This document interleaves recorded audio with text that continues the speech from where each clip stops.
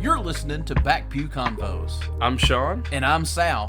And this is the podcast God wants you to listen to. So if you want to remain in God's will, have a sit down. Grab a beverage of your choice. And have a listen. You're welcome.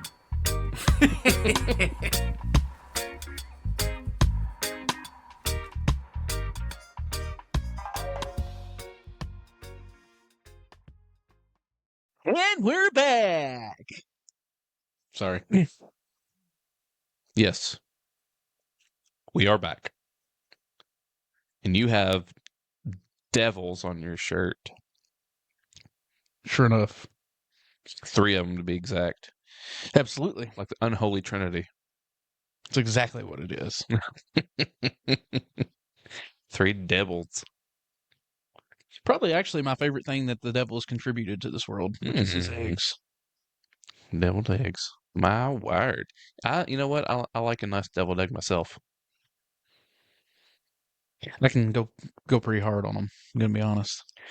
There is a place at Disney Springs. I can't think of the name of it now. Someone's... keep wanting to...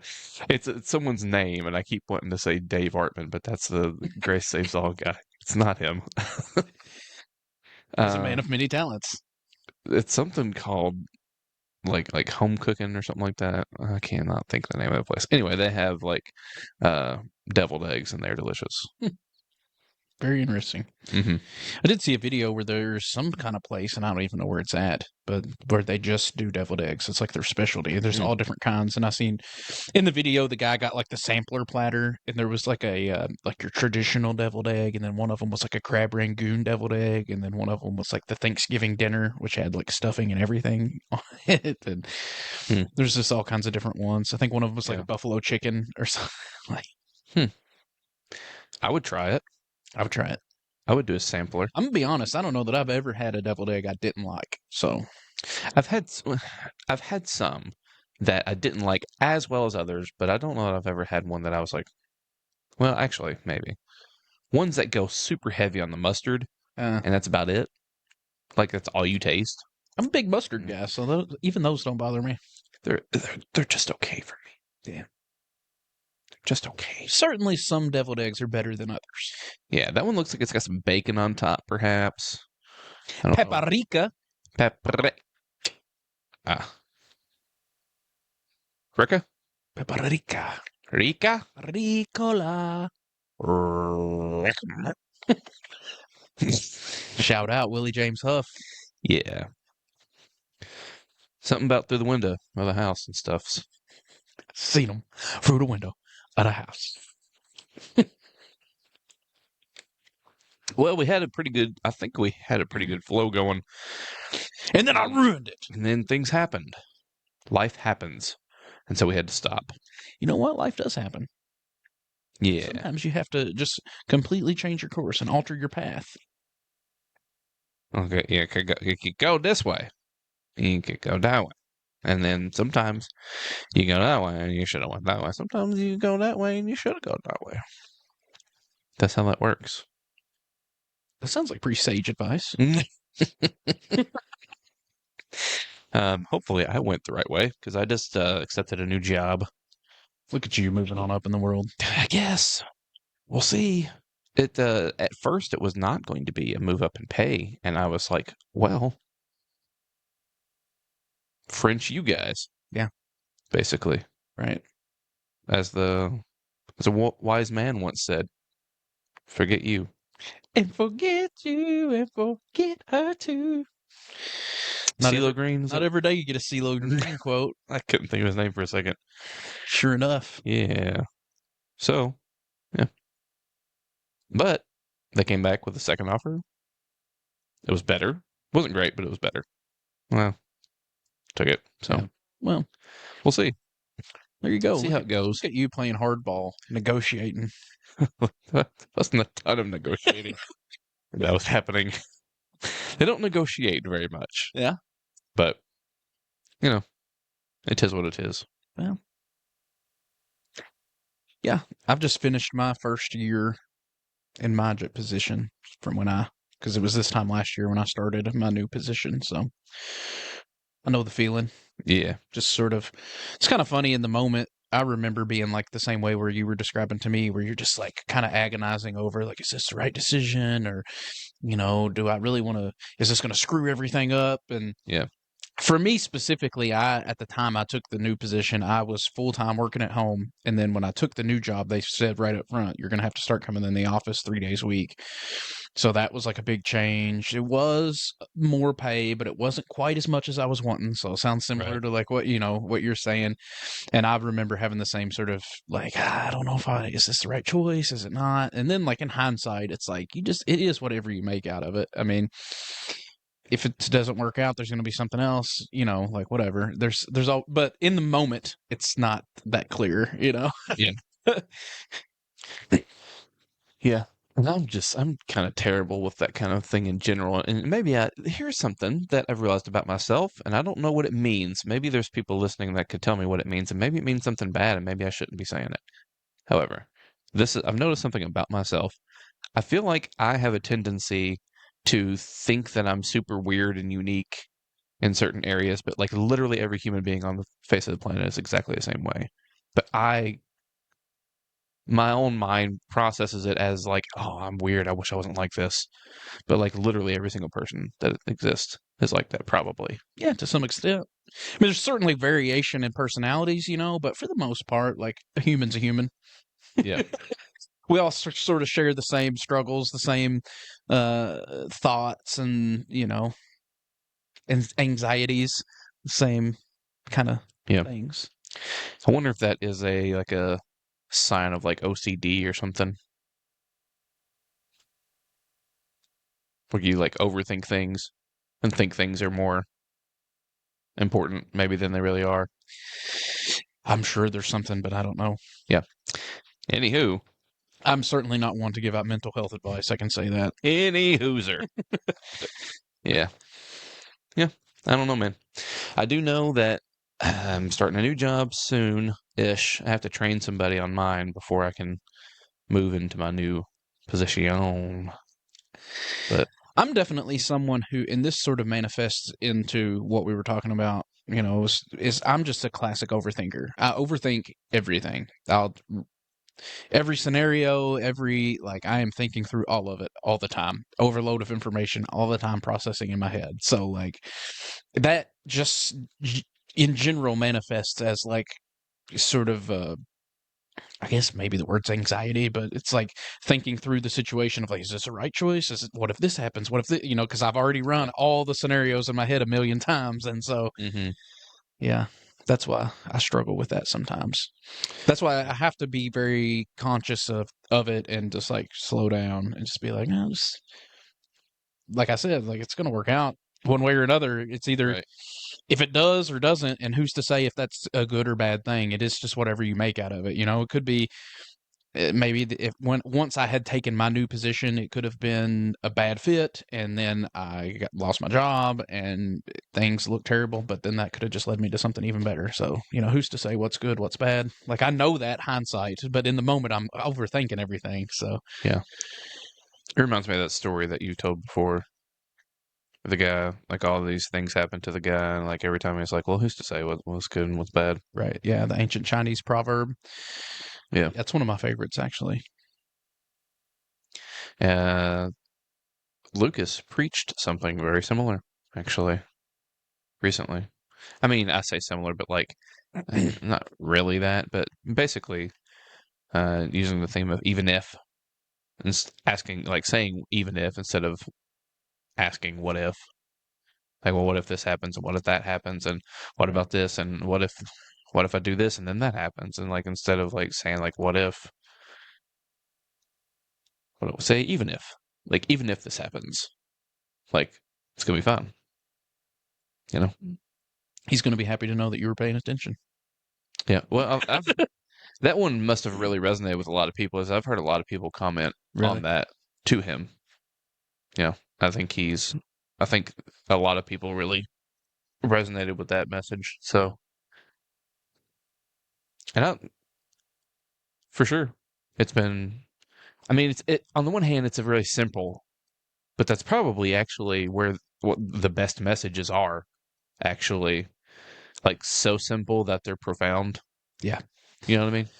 I think as a general rule, that kind of is where the meat of the good stuff, let's say, lies, is in just the most simple. Like when you just step back and think about it, you're like, that's the simplest thing. Yeah. But I missed it all this time. Right. Yeah. And even if you're like consciously aware of it, or like subconsciously aware, like it's not as if you would ever go to anyone in the church and be like, hey, instead of saying like asking all these questions about what if you just like started saying like, well, even if like it's all going to be all right, God's got it, and it's all going to be all right. Like everybody would be like, oh yeah, of course. Right. But like I don't know how often we really live our lives that way intentionally. I think what you're kind of trying to say there is something that I've realized or experienced several times. Is like it's one thing to like know something, and then there's another thing to like know it. You know Yeah, what I mean? Like it's like you're saying everybody sort of as a general principle knows that in theory, but there becomes a moment when it like actually clicks for you and you really know it, and then you're like, "Ah, this is something I've known my whole life, but I know it differently now, like more intimately now, and it has such a experientially. yes, it resonates differently, even though you actually didn't learn anything new. Right. You just know it like I don't know how else to say it. It's Yeah. something within you just knows it better. I don't know. Yeah, you actually know it. Know it. You know it in a way that actually affects the way you live your life, Right. rather than just sort of some sort of like vague head knowledge that you know, like an opinion that you agree with, rather than the way you live your life. Right. Yeah, for sure. There's so many things like that actually. Yeah. Uh, so many. So many That examples. actually tends to be, theologically speaking, that tends to be where I find stuff, like if something, I'll hear something on a podcast or a video or at church or whatever that actually sort of like really resonates with me. Generally, more often than not, it's not something I didn't know. It's something like what we're talking about, where like I already kind of knew it, but like it's almost like like knowing it in a deeper, more profound way. That's where I generally find most of that coming from for me. Yeah, I think those one thing I've been thinking about lately is the idea of grasping. That's been like a common thing that's came up in my mind really off and on for a couple of years now. The idea of grasping, and like from different angles, and like every time it comes back up in my mind, it kind of comes at a different angle. Yeah. And like today, or not today, I hadn't really thought about it today until right now, but recently I had been thinking about it in terms of like being grasped by something. Like I think what we're talking about here, you don't decide. I don't think you ever just decide one day that like, oh, I'm going to understand this on a new level now. Right. It's something. It is something that you grasp it, but you can only grasp it because it grasps you. Yeah. You know what I mean? Like, you know what I'm saying? Like Absolutely. like it's not something that you're consciously doing. If you could just decide that, I would know everything that there is to know. You know what I mean? Right. Like, Yeah. I can't just decide to know something in that profound way. Like, it's just if that was possible, I would have all the answers to everything. Right. Yeah. So it's not something that like you. Oh well, why don't you just reach out and grab it? It's right there. Why don't you just reach out and grab it? It's not something that you can do. It is something that can be grasped, but it's not something that you can actually do on your own. It almost It really is has to grasp you. sort of tracks with the idea of revelation, right? With the literal definition of it being sort of like an unveiling or like pulling back the veil. Like, Yeah. it's not that it wasn't there. It's not that there was a time when it wasn't right in front of your face, but like, and you didn't just decide to like, well, now I'm going to unveil this. Like, it becomes revealed to you. You know what I mean? Like, Yeah. Yeah. We need a unveiling for Christmas. For sure. I want an apocalypse for Christmas. Only an apocalypse will do. Exactly. Well, that kind of leads us into the topic of, I suppose, Actually, directly into it. if we're yes, if we're ready for I'm it. ready. I guess I'm ready. This was your topic, actually. So It was. you have to be the one ready. And so, yeah, I had seen some other folks do this in the past, um, like talk about these kind of themes around Christmas, and I was like, I think that's a great idea, and I want to steal it. So that's what we're doing. Which is generally what most good ideas are. Stolen and appropriated. Yes. Yeah. Yeah, but like it just the theme really does make a ton of sense, I think. It's not something that gets talked about enough. Right. So, I mean, depending on like where we go with it and what you mean with it, there's just the whole idea of, and I've already told you this, but like obviously for me and where I'm at with my spiritual life, the Christmas has taken on a new meaning for me, yeah. than it had previously had. But it's trying to think through like in what ways does it still retain that profound meaning and how has it evolved as my spirituality has evolved? And so like these kind of themes are the things that have become more emphasized in, my current framework. So yeah, it tracks with me, Yeah.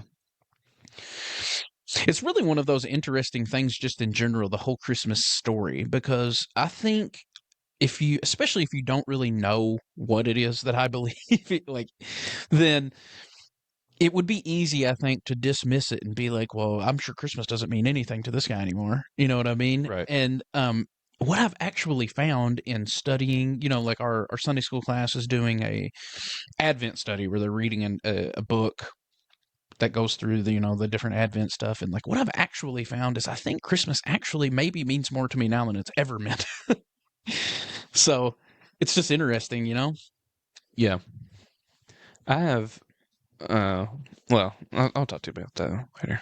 Um the I think so. I think that I mean for me personally, the Christmas season has taken on new meaning for me over the last several years for sure. Especially the more I've learned about Advent and about the history of it and all of that. And originally it was very similar like to Lent. It was actually like we think of like celebrating, like celebration, like we associate Christmas with like celebrating, but like or even in a Christian context, like celebrating the birth of Jesus. And I'm not saying there's anything wrong with that, but originally at the Advent season was almost more like Lent. It was more of like a somber sort of preparation. Right. It was really trying to get in touch with that patience and waiting. Right. Which I think is what the reason why what you're saying is my experience with it is because we didn't know anything about Advent. We didn't that waiting in anticipation for the day was completely skipped over. We went right to the day. To where it's just the celebration. There is no hopeful anticipation to the day. Yeah. You know what I mean? So because we come from that background where that's not something that we ever participated in, I never learned that. I never learned that patient waiting or that hopeful anticipation that the Advent season is supposed to embody. Yeah. And it's I mean, whenever you're a kid, this is just how it is whenever you're a kid, but like there was a lot of like anticipation built into the Christmas season, but it was always like a sort of selfish one. And again, you're kids. Whenever you're a kid, it is what it is, I guess. But like, rather than an anticipation of the Prince of Peace, the King of Kings, the one that would, you know, um, set the captives free, it was more about like, what presents am I going to get? Right. You know? Well, as you were saying that, where my mind was going was that's just another example of like our privilege. Really, that's a privilege thing because the idea of the somber kind of anticipation and waiting, the whole idea is that the people who are somberly and hopefully awaiting are oppressed. Yeah. That's what they're waiting for, is their to come and set them free, as you said. Right. But we didn't have that. Like, our Yeah. biggest concern was what presents we were going to get. Right. You know what I mean? So it's like, we not only did we not have the history from our backgrounds of the Advent, but even if we had come from a more sort of high church, background that celebrated the Advent season, as children, you don't have the practical experience of, especially coming from a privileged background, of understanding what it is that we should be hopefully anticipating. Yeah. Because, even as people of privilege, people that, we ought to be hopeful, patiently waiting, anticipating that coming for the sake of others. Whenever, I guess that is your responsibility as someone of privilege, it's intercessory, right? So, And right, and to your point, we were kids, so as a kid, you don't really. That's something you have to grow into. yeah, Yeah. That's really sort of related to everything I've ever said about the weirdness that I feel between, like, children and and the way that we present the gospel to children, and the whole children, like, their role Mhm. in church culture and all that stuff. Is just because, like, I really think it's not so much about, like, well, we need to indoctrinate our children to believe the right doctrines, so much as it is like something that you have to learn, like, experience, and, like, you have to actually have the experience and the understanding to be able to empathize with others, and to, I Yeah, mean, you can't be that intercessor for others if you can't put yourself in their shoes. And, like, children haven't lived that life, they don't understand that, you know what I mean? So, like, right. I really do think that that's part of the whole idea. It's like, it really is something that you have to grow into experience, and, like, there's no easy answer for that, but Yeah, without other than just living life, just having experience. yeah, yeah. I don't know, especially like I don't know how you do that with kids. I don't know at what age you can start to try Right. to implement those sort of ideas at least. Right. I mean, well, and that's what it go, because I even try to do it with Finn, right? He's 4. I mean, like, he went with us to deliver food at Yeah. the Thanksgiving thing, and I made sure he handed somebody food, and, like, afterwards I talked to him and was like, did that feel good to help other people? And you try to have those conversations with him, just because he lives a privileged life. Like, I've been able to, so far, to provide a pretty good life for my family, but I don't want him to not. I want him to grow in that understanding. You know what I mean? Like, Yeah. so I think that you can encourage them along in that way, but that's just not the same emphasis that I necessarily received as a child in church. Right. Right. Yeah. Yeah, it's not something that I mean, I was, I guess, in a certain way aware of um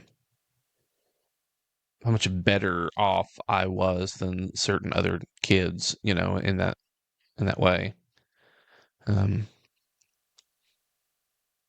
yeah, I mean it is something that you're well, like we were saying earlier, it's something you're aware of, but Yeah. not aware of in that Well, deeper way. this is actually kind of related, and something that I've been thinking about recently. Actually, I've had this thought a couple of times recently, but, like, Jesus says in the Gospels that it's not the healthy that need a doctor, but Yes. it's the sick.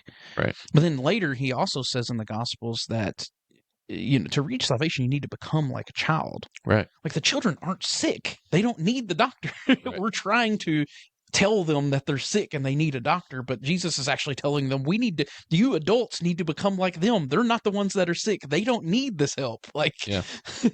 they lose it and need to rediscover it because of the way that we indoctrinate them. Right. Yeah. I was thinking about that verse earlier this week. It's not the well that need the doctor, you know. Sick. We was at a birthday party. So my little cousin, he just turned 6, and he had his birthday party on Sunday. We went to after church, and not my little cousin. I said cousin, didn't I? You said cousin, yeah. I said cousin, but he's my nephew, and I don't know. I was thinking ahead and trying to talk at the same time. He's my Oh. nephew, cousin. Anyway, so my nephew, he turned 6, and so we went to his birthday party.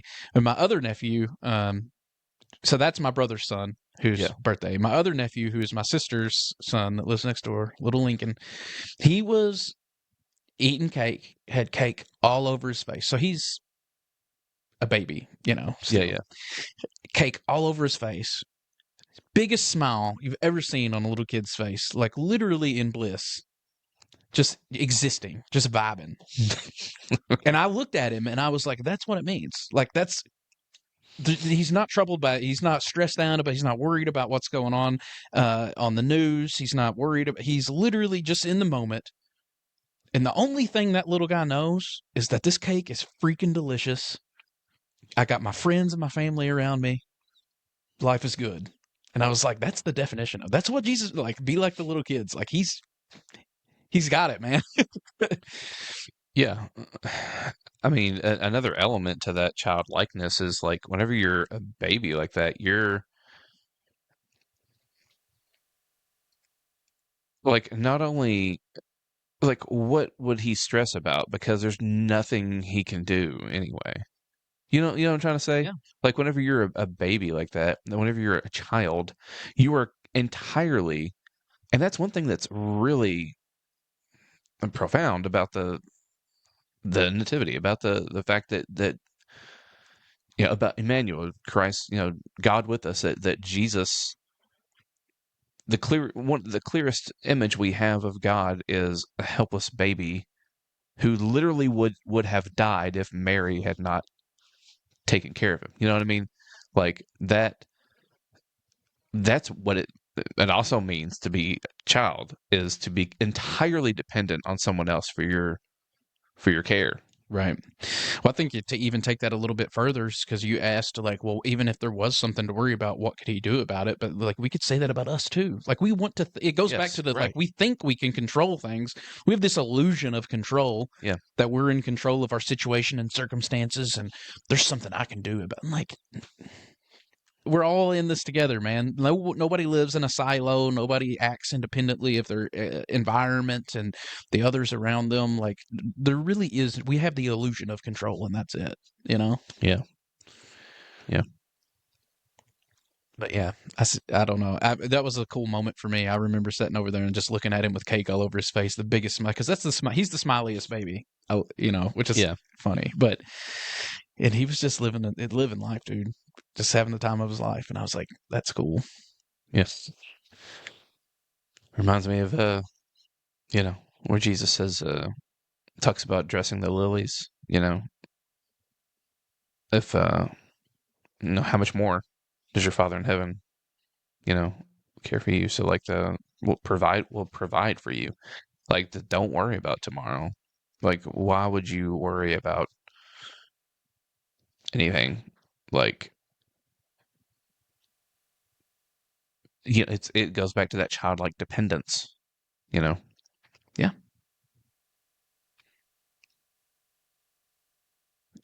Being so, I don't know. There's a lot of stuff that could be said there. Some of it's not on topic. Some of it is. So I don't know what direction to go. Well, really, I don't know that the how we got there was actually on topic at all, anyway. But Yeah. but yeah, I mean, just it's random thoughts we had. I mean, it's all applicable insofar as like we are going to talk about the Jesus and his birth and the gospel story of his birth and how that relates to Herod and empire and Revelation and the woman and horrors and all kinds of stuff. We're going to talk about all kind of stuff. So, Sure enough, that was the plan anyway. But yeah, that childlikeness whatever it means to be childlike in the way that Jesus is talking about, you must become like one of these children. We can look at not just, I mean, we can look at the children in our lives, but we can also look at the gospel narratives and look at his life and see, this is, I mean, there's not a ton that's said about his childhood, but we do know that he was a baby and he was entirely dependent on Mary and Joseph to not die, and it's pretty amazing to me that the first thing, again, if we're saying Jesus is like the image of God, then like the first thing we see God doing is allowing others to care for him, Yeah. like taking on um that role of like caring for Mary and Joseph by allowing them to take care of him. Right. Yeah, I mean, I think that really, to me, that whole idea really resonates with things I've said on this podcast a million times. As far as the way God participates in the world and acts in the world. We really talked about. I talked about it a lot. In the healing episode about the way that I think about the way that God interacts in the world, not so much as we would expect, like the spectacle, the supernatural, but that it's through helping each other. Yeah. You know what I mean? Like, and I would probably go a little more mystical in it and think that that's, when we are living out of our true self, which is the divine within, that we are actually participating in that healing or taking care of others. You know what I mean? So, I mean, to me, I think that doctrine really tracks with that. People were anticipating at the time a savior, Messiah, who's going to come in riding the clouds on a war horse, liberating them from their oppressors. And what did they get? But an infant, Yeah. in a manger, Right. who needed to be taken care of instead of coming in and doing the work for us. Yeah. Like actually we had to do the work ourselves. Yeah. Which is just a good, I mean, even in general, taking it out from theology, that's just the way you teach. If you want to teach somebody how to do something, that's the old adage. If you want to feed somebody, you can give them a fish, but like it's more applicable to teach them how to fish, and then they can continually feed themselves. It's like if you actually want to teach somebody how to do something, like you don't just come in and do it for them. You like teach them how to do it. Right. I mean, who'd have thunk it? You know, John says that, John ties John's gospel, in the beginning, he goes back to Genesis, right? He's tying Jesus's life back to Genesis, back to the creation narrative, and like thinking along those lines. I mean, that's the first thing that God does in the creation story. Like he creates everything by example, and then tells Adam, like, "Hey, go do some stuff, go create." Like he allows Adam to name all the animals, right? So he's given him an example of creation and then giving him the opportunity to go and be creative himself. Right. Which is ultimately, funny enough, ties back to the whole thing, right? Like Jesus' whole life throughout the Gospels is an example to everyone, but specifically to his disciples. And then at the end of the Gospel accounts, the Great Commission is now you go out and do what you've seen. The things you've seen me do, you will do, and even greater things than these. Yeah. Now go out and make disciples of all the nations. You know what I mean? It's the whole, like, I've given you the example. Yeah. Now go do it. Right. Yeah. Yeah. there was some other stuff I thought about saying there, but I don't know how much longer we want to delay getting into the actual topic. So I've got nowhere to be. yeah. But what I was going to say, and uh, this is what came to my mind. Also with Jesus, because I believe that Jesus is God incarnate, fully God, fully man. So I believe that in a way that I can't explain, he is both creator and creature. Right. And so that is just another interesting element of it. It's like who's caring for who is setting the example for who. Using that whole analogy we were just talking about with creation and Adam, and then also with like he's being cared for by Joseph and Mary, but how did they learn what it means to care for a baby if not from the creator himself, giving the example. You know what I mean? So it's kind of like a who had where to It's which came first, the chicken or the egg? yeah, that kind of thing. So stuff like that gets my goat. Is that the thing? Is that a word that? I've actually never heard that one before, but it sounds legit.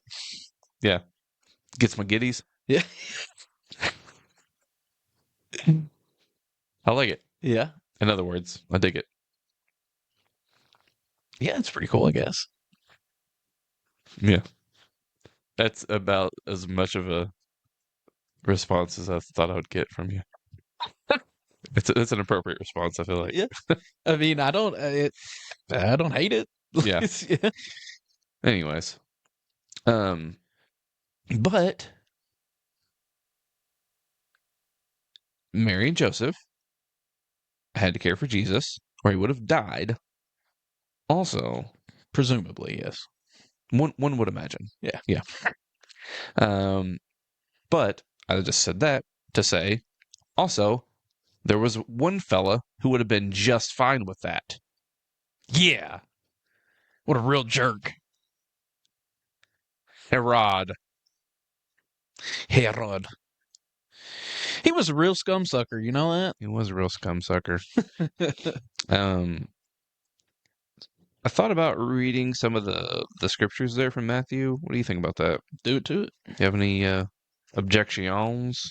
No, that? actually, I wrote down one of the verses from Matthew in my notes that I was going to probably get to at some point, maybe, depending on how the conversation goes. Look at me, I even brought my Bible down here, my word. Word. I didn't really mean to. It was just on my notebook, and I just grabbed it. Oh. I'm just gonna start in verse 1, and then we'll see how far I go. I'm reading out of the NRSV or no, actually that says New King James. Ugh. Ew. Ugh. Ew. It's fine, actually. I don't hate it, but I do prefer reading out of the NRSV. And they have the NRSV updated edition as well. Matthew 2. In the time of King Herod, after Jesus was born in Bethlehem of Judea, Magi from the east came to Jerusalem, asking, "Where is the child who has been born King of the Jews? For we observed his star in the east and have come to pay him homage." When King Herod heard this, he was frightened, and all Jerusalem with him. And calling together all the chief priests and the scribes of the people, he inquired of them where the Messiah was to be born. They told him, "In Bethlehem of Judea. For so it has been written by the prophet, and you, Bethlehem, in the land of Judah, are by no means least among the rulers of Judah. For from you shall come a ruler who is to shepherd my people Israel." Then Herod secretly called for the Magi and learned from them the exact time when the star had appeared. Then he sent them to Bethlehem, saying, "Go and search diligently for the child, and when you have found him, bring me word so that I may also go and pay him homage." When they had heard the king, they set out, and there ahead of them went the star that they had seen in the east until it stopped over the place where the child was. When they saw that the star had stopped, they were overwhelmed with joy. On entering the house, they saw the child with Mary, his mother, and they knelt down and paid him homage. Then, opening their treasure chest, they offered him gifts of gold, frankincense, and myrrh. And having been warned in a dream not to return to Herod, they left for their own country by another road. Now after they had left, an angel of the Lord appeared to Joseph in a dream and said, "Get up, take the child and his mother and flee to Egypt and remain there until I tell you. For Herod is about to search for the child, to destroy him. Then Joseph got up, took the child and his mother by night, and went to Egypt, and remained there until the death of Herod. This was to fulfill what had been spoken by the Lord through the prophet, Out of Egypt I have called my son. When Herod saw that he had been tricked by the Magi, he was infuriated, and he sent and killed all the children in and around Bethlehem who were 2 years old or under, according to the time that he had learned from the Magi. Then what had been spoken through the prophet Jeremiah was fulfilled. A voice was heard in Ramah, wailing in loud lamentation, Rachel weeping for her children. She refused to be consoled because they were no more, because they are no more.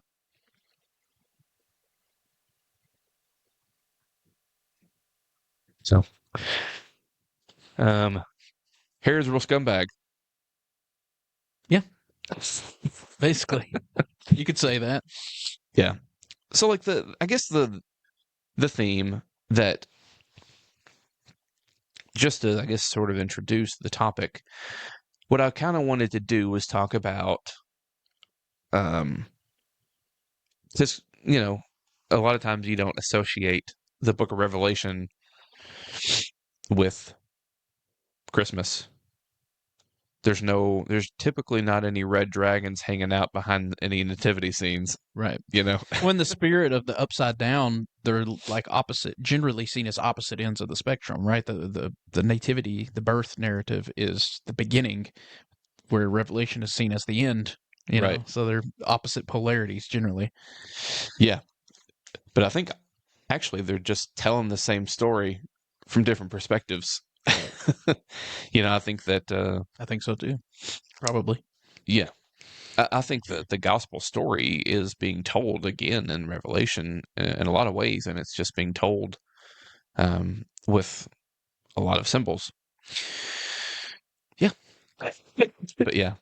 Yeah, I think that I think it's to take it even further than that. I think that the whole book as a whole, the Bible, the narrative of the Bible, if you take the whole narrative that's being told, I think that Revelation is the summation of it, of the whole thing. Right? It's just that what we're saying, that it's the same story told from a different angle. That's what the whole book is. It's the same story over and over and over again told. Yeah. Yeah. I didn't know whether to read the Revelation passages or not, because I've already read a lot. Yeah. Well, one of the things, and this is a little bit different, that stood out to me while you were reading, is just how, and this, I'm going to go ahead and throw this in there now because it's not so much related to the Revelation stuff, but it was just a little quick observation, is how this Herod couldn't find the baby that he was looking for, right? So he just had all the babies killed. Yeah. But it's not like the baby was hidden. Like, the Magi found him. Like, the signs are there. Everything is, let those with eyes to see, let them see. Let those with ears to hear, let them hear. Like, it's not like it's a hidden secret gnosis. You know what I mean? Like, it's there it's there for you to see. But you have to be awake to see it. Like, if your emphasis, if your focus is on, is elsewhere, right? Whatever you treasure, that's where your heart will be. And so, that just stood out to me, how like Herod was like, well, tell me where to find it. But like, they found it. Yeah. It's there.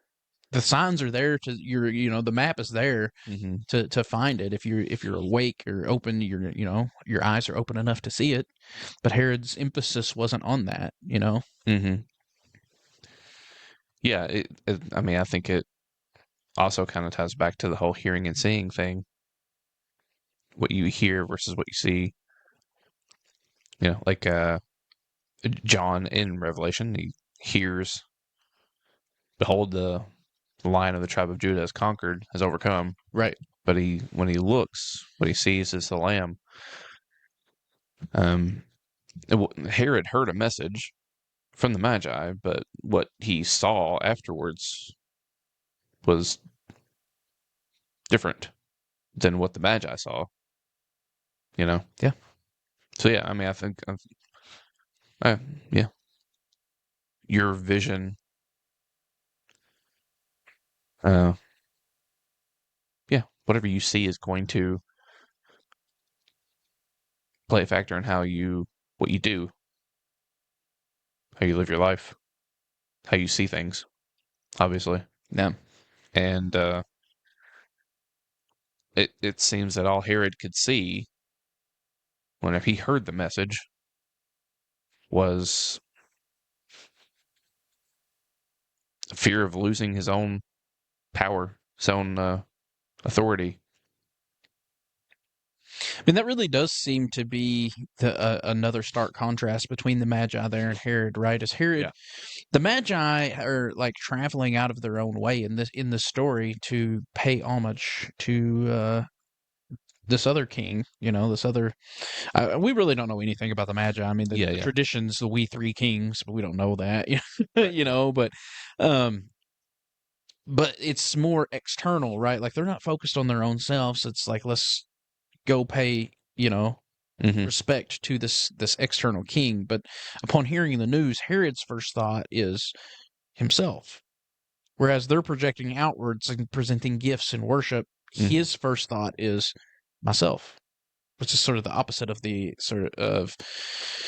well, I mean, the whole thing. Agape is literally just the love of other, like it's self-sacrificial love where I'm not ultimately concerned with what's best for me so much as everybody else. Where that's the opposite response that Herod had to that. It's well, what Hmm. about me? Like this is a threat to me and my kingdom. This is me, me, me, me, me. You know? Yeah. Well, like what you were saying earlier, you mentioned that scripture, right, where Jesus says, does he say where your heart is? He mentions treasure, right? Yeah, yeah, yeah. I can't remember exactly how it's worded. I don't remember exactly how it's worded either. It's Matthew 5, pretty sure 6 or 7. It's in the Sermon on the Mount area, but Where your heart is, there your treasure will be also. Is that what he says? something like that. But it's basically just like whatever you hold dear, in your heart, that's what you'll be focused on. That's your treasure. Well, I say that because when I read in Matthew, the Magi, when they find him, it specifically said that they gave things from their treasure chest. Yeah. Is how it's worded in this translation. Yeah. So they were giving him, they had found their treasure, and so they emptied out what we would consider worldly treasure. Gold, frankincense, myrrh. These were expensive spices, and of course gold, and like that. This was, it would have been like a lot of money's worth. Yeah. This one says, "For where your treasure is, there will your heart be also." Right. And so they had found their treasure, and they kind of like the rich young ruler was unwilling to do it. I mean, I don't know that they may have had piles of gold back at the Yeah. house, but you know what I mean? Like they emptied out their treasure chest, and in a sense, they sold everything they had. Yeah, I mean, I think that's the implication of the story, at Yep. least, is they've, instead of being focused on their own wealth and power, as Mhm. Herod was, his own kingdom, they're openly giving theirs away, their treasures away. Yeah. Sort of the opposite ends. I, I, I see a parallel, at least, is really what I keep circling around in this. Is like there seems to be a parallel between Herod and the Magi, like Hmm. two opposite ends of one spectrum. Right. Yeah, and I think that that's intentional. Yeah, I for think we're sure. supposed to see that, which is that this whole episode really is about that theme. That again, going back to like what you're able to ascertain as a kid and what you're not, like what the meaning of Christmas is. Like Christmas, I'm not saying this is the whole of it, of course, but like the part of what Christmas means is good news, for the oppressed, which means bad news for For the the oppressor. oppressor, yes. I mean, it is. You know what? I'll see if I can find it. There was a quote that I thought was real. That was real. Yeah, it's real good.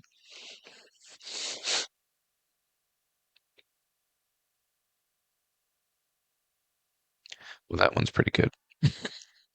Christmas is the dawn of a kingdom that refuses to rule like Herod or Rome.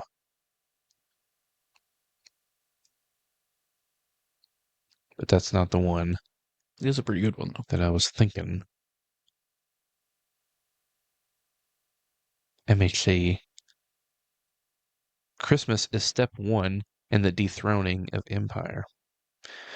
This is the one. Christmas exposes the fragility and insecurity of earthly power. That's the one I was trying to think of. But all of those things are Yeah, applicable, for sure. and this is an element of the Christmas story. Like, this is part of what Christmas means. And you just don't, I didn't realize it until, the past year. Yeah, So, it's been a very continually resonating theme for me over the last year or two is how the contrast between the religion that I was given as a child, which is super hyper individualistic. It's all about my personal salvation. Christmas is about my personal salvation. And because of that emphasis, we miss that the whole story is about the kingdom, and a kingdom is yeah. everyone. Like, it's not just an individual isn't a kingdom. Individual is an individual. A kingdom is comprised of multiple people. Like, Hmm. it's the whole story, all of Christianity is about. That's what the hope was. Is the Jewish people were waiting for their liberator to come, and their savior to save them from their oppressors, right? Hmm. That's the whole story, and we miss it because we're so hyper focused on that individualism. And that's something that has just keeps coming up every day. I read something else that I'm like, I can't believe I missed this for the first 38 years of my life. Yeah.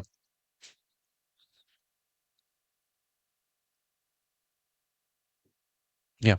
It is a theme that is prevalent really throughout the entire Bible. Right. And I think what people would hear me saying that is that your individualness, your personal sozo-ness, whatever, doesn't matter. And that's not what I'm saying at all. Hmm. What I'm saying though is that comes about through, it's essentially the old saying, and I don't remember the old quote. We can probably find it somewhere, but it's like, I'm not free until everybody's free. Like, Right. it is about, there will be personal and individual salvation and sozo and wholeness, but it doesn't, it goes back to the saying of Jesus that those who seek to find their lives will lose it, and those who lose their lives for my sake will find it. It's like, when I'm hyper focused on myself and my own selfishness and my own personal salvation, especially at the expense of others, or at least the ignoring of others, then Hmm. I'll lose, like, I'm not going to find it. But it's only in losing my life, like sacrificing whatever is perhaps on a fleshly level, whatever's more beneficial for myself, Hmm. by sacrificing that, I actually will obtain that personal individual salvation. But it's through the liberation of all of us. You know what I mean? Like, that's the paradox of the upside down kingdom. But we Yeah. miss that because we're focused on ourselves and our own individual salvation and our own individualness. You know what I mean? Like, Hmm. it's just such a paradox, and I don't know how I missed that for so long. But Yeah. I mean, the judgment is on the nations. Like, what happens to one happens to everyone. right. We're all interconnected in that way. Uh, there's so many things. I keep thinking of things to say, but none of them are on topic. But anyway, yeah, I mean, even like, whenever like Israel is like in Hosea, Israel, God's chosen people, the elect or whatever, like they are um seen as the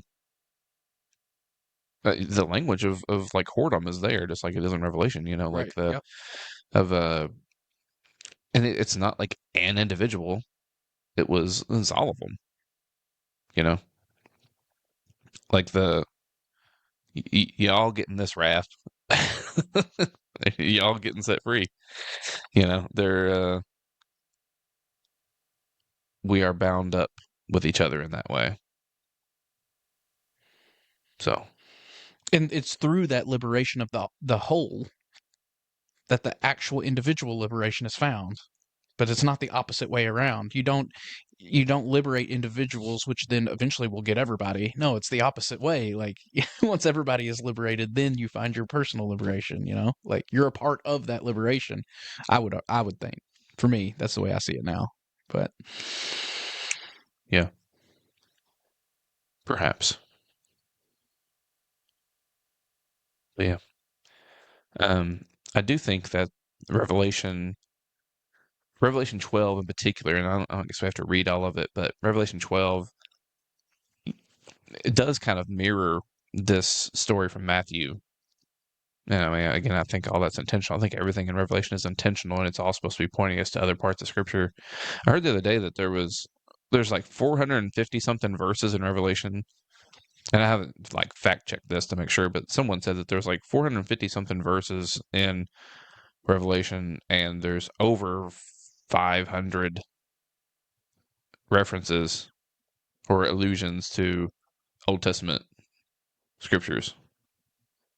It's pretty impressive numbers. So I mean, I think everything in there is intentional. It's all symbolic, pointing us to these very things. But the dragon that wants to destroy the child in Revelation 12, like you could see that as a sort of like heavenly perspective, so to speak, of what we see on an earthly perspective with Herod and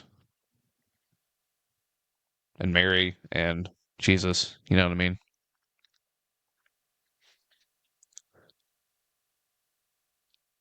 And so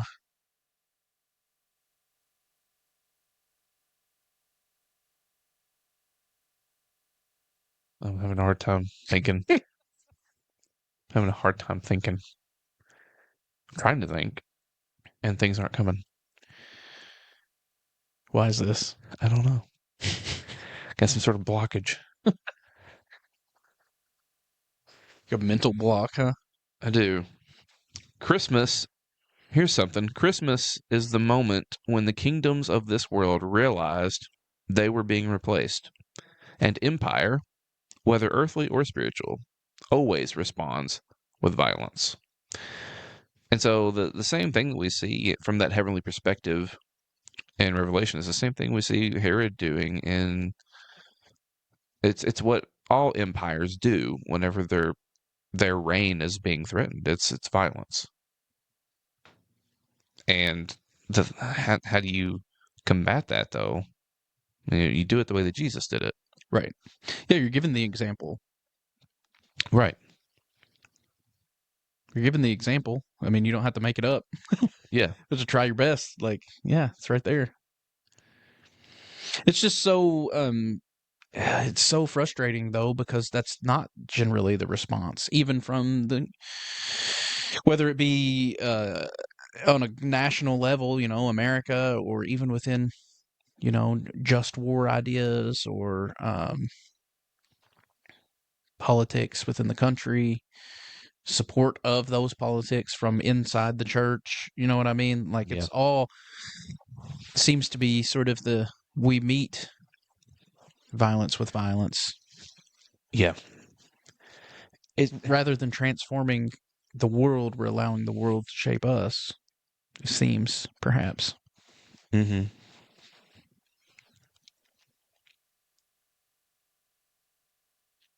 I don't know what I want to say. There really is a lot of faith to that, because I think that what you'll run into a lot is even people who are Christians will hear that and be like, well, that doesn't work. Like, doesn't make any sense. You don't, if somebody's threatening us with violence and we just let them walk all over us, like we're not supposed to fight back. Like, it seems so counterintuitive that it's almost absurd. Right. It is absurd. It doesn't work. Right.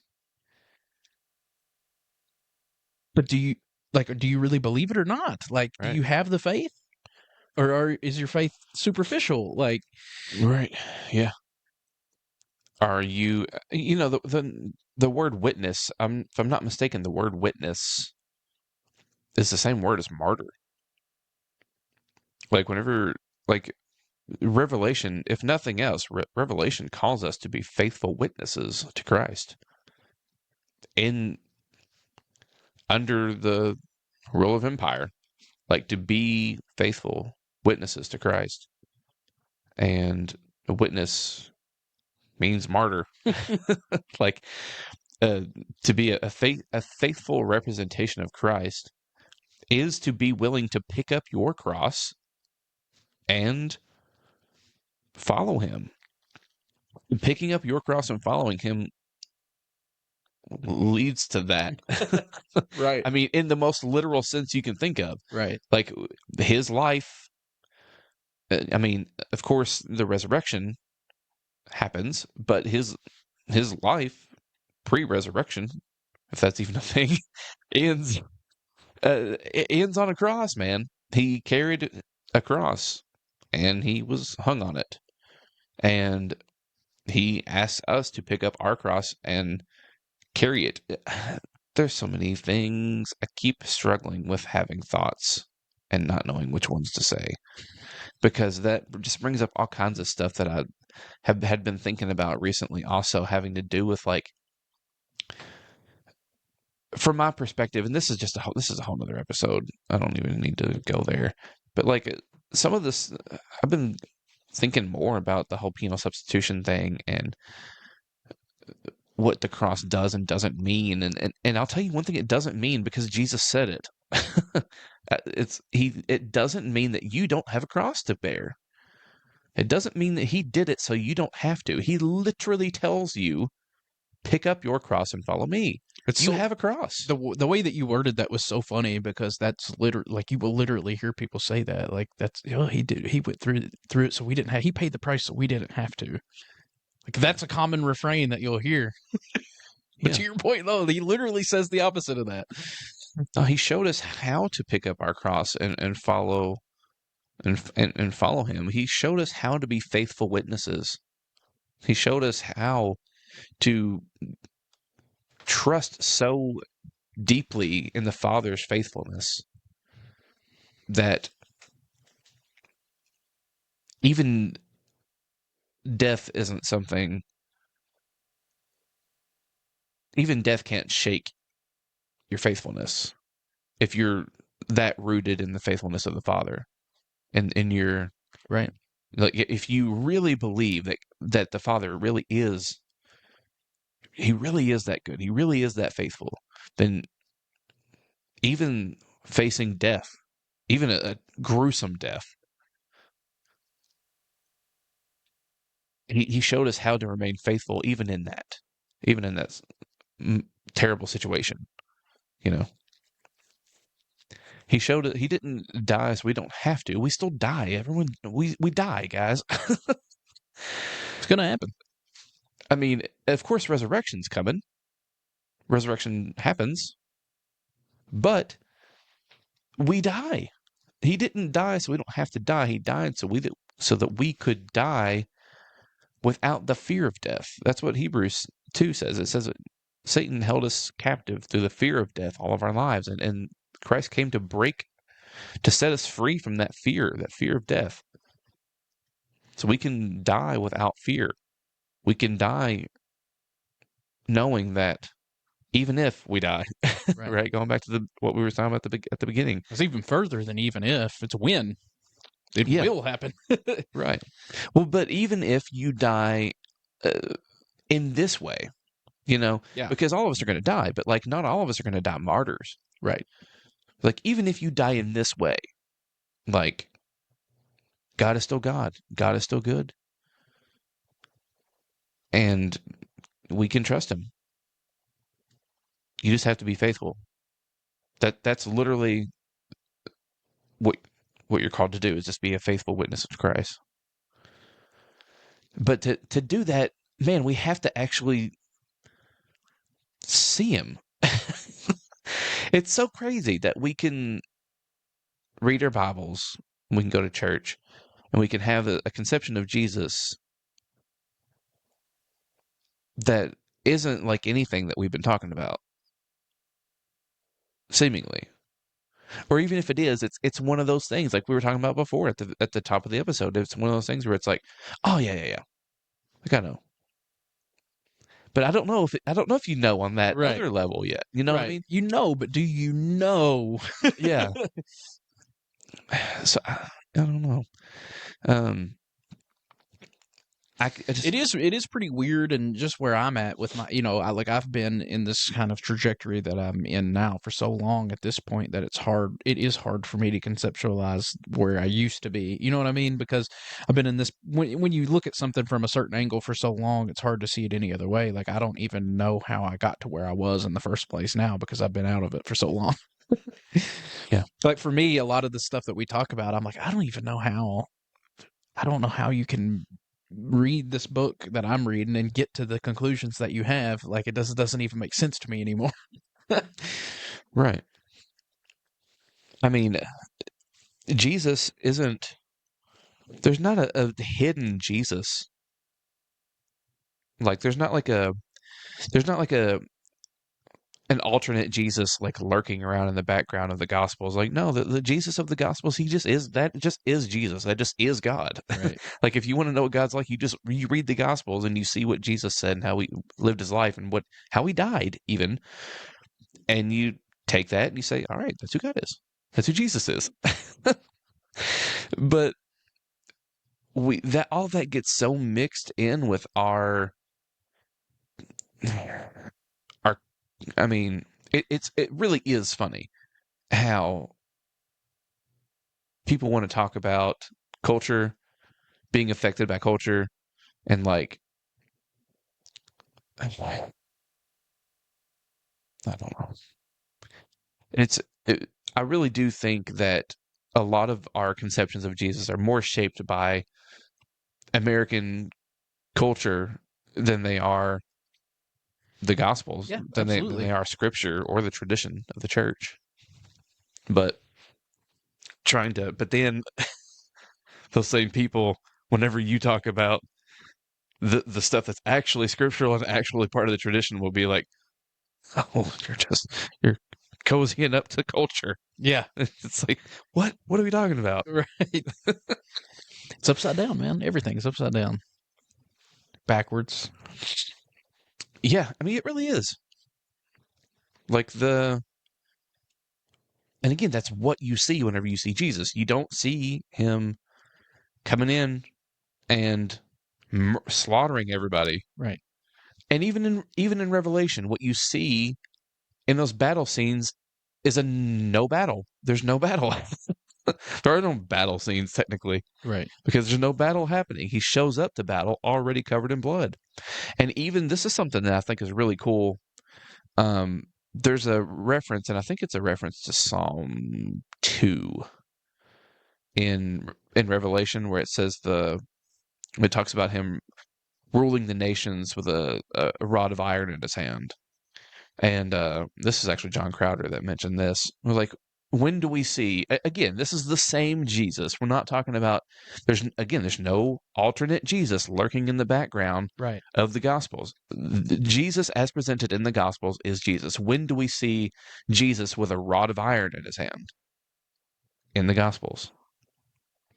When he has nails driven through his hands and is crucified. Right. That's the rod of iron that he rules the nations with. Right. It's his own life given, self-sacrificed for the world. That is how he rules the nations, with a rod of iron in his hands. It's the outstretched hands of the cross, not like a clenched fist of like might and power of like, I'm gonna Right. slay my enemies with this rod of iron, you know? Which is literally the whole story. It's always like you hear one thing. It's what you said. You hear one thing and see another, Yeah, right? Like yeah.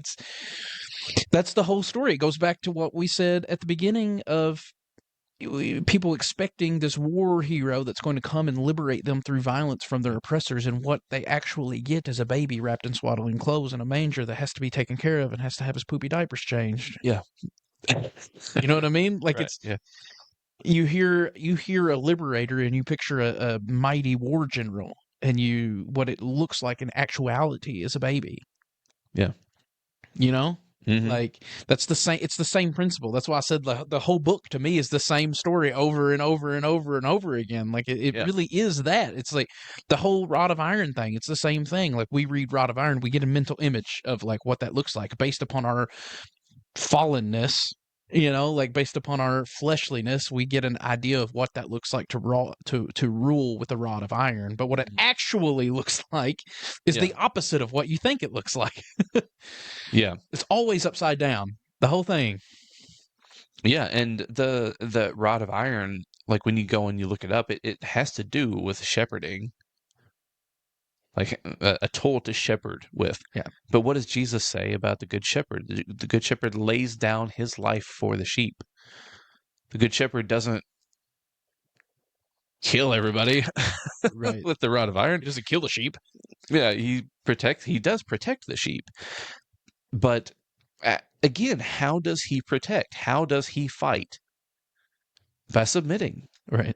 by laying down his life for his enemies, right? Father, forgive them. They don't know what they're doing. Which for whatever reason, I was thinking about there, which is kind of totally unrelated, but maybe it's not as unrelated as we think. I was thinking about David and how he fought off. He was a shepherd before he was slaughtered Goliath, and Yeah. the story of him fighting off I believe it was a bear and a lion, Mm-hmm. even though he was, like, Yeah. so like he protects he those principalities and looking at David in that regard as if he's a type and shadow, of the Mm-hmm. good shepherd. Yeah. He's fighting off these, Satan's walking the earth like a lion looking to, who to devour. Like, he's fighting off these principalities and powers that we don't even see, not our fleshly enemies, because we really don't Yeah. have any fleshly enemies. Our enemies, we wrestle not against flesh and blood. Right, yeah. Like, that the war doesn't look like what we think. The enemy doesn't look like what we think. The methods Yeah. doesn't look like what we think. It's completely opposite. He is fighting the battle. Yeah, exactly. He just does it in a way that surprises us, takes us off guard in a way that we don't understand and don't want. We don't want that to be the way. We don't want that to be the path of victory. We don't want him to be the kind of king that overcomes through submitting through death. We don't want our victory to be. We don't want victory, conquering again, Revelation says we overcome by the blood of the Lamb, by his self-sacrifice, his example, because we're called to be faithful witnesses also, faithful martyrs. We overcome by the blood of the Lamb and by the word of our testimony. There's nothing in there about about picking up a sword like Peter did in the garden and got shut down for it. There's nothing in there about that. Right. It's faithful witness. It is the blood of the Lamb and the word of your testimony. That's how you conquer. We don't want to do that though. Right. Because it doesn't it's look like what impractical. we want it to look like. Exactly. We tried turning the other cheek. Right? Yeah, we tried that and it doesn't work. It don't work. That don't work. No, it doesn't work like how you want it to work. But it's literally how the world is saved.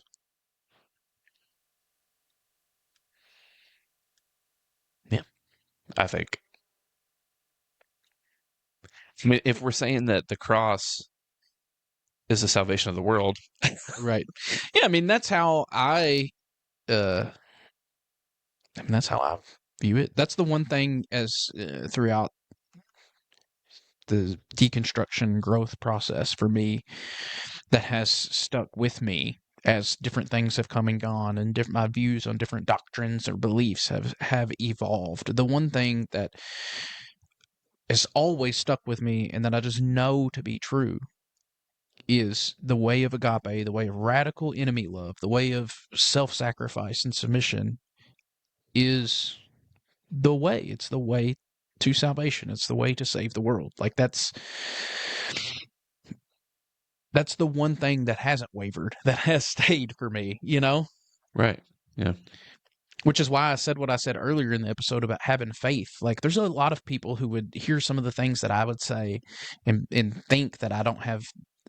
If we've talked about this some even in our faith-based episodes, but like that I don't have faith like, I used to have, or I've lost some faith because I don't believe in certain doctrines that I have, that I used to. But what hasn't wavered for me is that belief in that agape, the way of Jesus, the way demonstrated in the story of the Jesus of the Gospels. Like, regardless of all the other stuff, that's the thing that I have faith in. You're not going to hear me say we've tried to turn the other cheek and it doesn't work, because that's the that's the one thing that has remained faithful and true for me. Like, that's what I have faith in. I'm willing to put all of my eggs in that basket.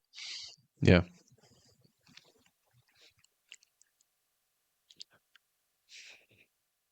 So, what does what does it look like for us to be faithful witnesses to the way of Christ? The way that what would it look like for us to make some Herods nervous today? I guess is kind of what I'm thinking of right now. Yeah. Because there's always going to be Herods. There's always going to be those that are afraid of that are willing to do violence out of fear of losing their status, their power, their privilege. Right. Yeah, I think when you ask that question, you have to first identify the Herods. And I don't mean that like, I don't want to. I don't mean, well, what I don't mean by that is, or let's go down the list and let's start naming people who Right. we think are Herods. Yeah. You know what I mean? What I mean is something that you've already said in this episode, which is, if the enunciation of the incarnation, right, is good news to the oppressed, well, then that makes it bad news to the oppressor. Yeah. Which is represented by Herod in this story. So who are the Herods? You've got to look at where's the oppression coming from. That's the Herods. So if you're going to, how can we make some Herods nervous? It's what you're actually asking is, those who are oppressing others, the oppressors in our world today, how do we make them nervous? Like, you know what I mean? Mm-hmm. And like I said, I'm not even interested in going through and naming individuals that I think represent Herods, but like, it's more of, for me, talking about that structure, that power structure. Who are the least of these? Who are the ones being oppressed in today's world? And then who's doing that oppression? You know what I mean? Mm-hmm. I know we said we weren't going to name names, but there was an example that actually came to mind that I think is kind of applicable to what we were talking about. Yeah. And that was how, remember we talked about a while back how like Peter Thiel was talking about Greta Thunberg, is that her name? Greta, yeah. And like saying that she was like the She's Antichrist. terrifying. Well, but like, given the line of business he's in, right? She is terrifying to him in a sense, you know? Absolutely.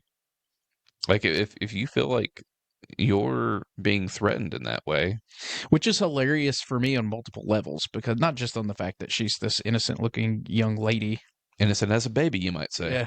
But also because just so many people that I know would look at her, like the idea that we would suggest that she's taking on a Christ-like role. Well, in making the Herods of today's society nervous. Like, I could see people getting their panties in a wad, so to speak. Right. And I mean, well, I shan't say that. I shan't. Look at the Holy Ghost going to work on you. I will zip it and not say the thoughts. I've been having a hard time trying to decide what thoughts to say and which ones not to say this episode for some reason. I think you just got to let it flow. I should not. That's what I do. I shan't. I shan't be letting it flow. I mean, I definitely do think, especially in today's world, and but the example that you gave is a perfect one that flows along with this. But then there's multiple different examples that you could give. But um, we're talking about like the Peter Thiel. He's a multi-millionaire, billionaire, even like Right. super uber rich. Like that's in today's world, money is power. Right. Like oppression comes not just through um, physical violence, but even more so in today's society, it's fiscal oppression. You know, so Yeah. um, what's making the rich people nervous? Yeah. That's, I mean, in my at least in my humble opinion, those are oppressors. Yeah.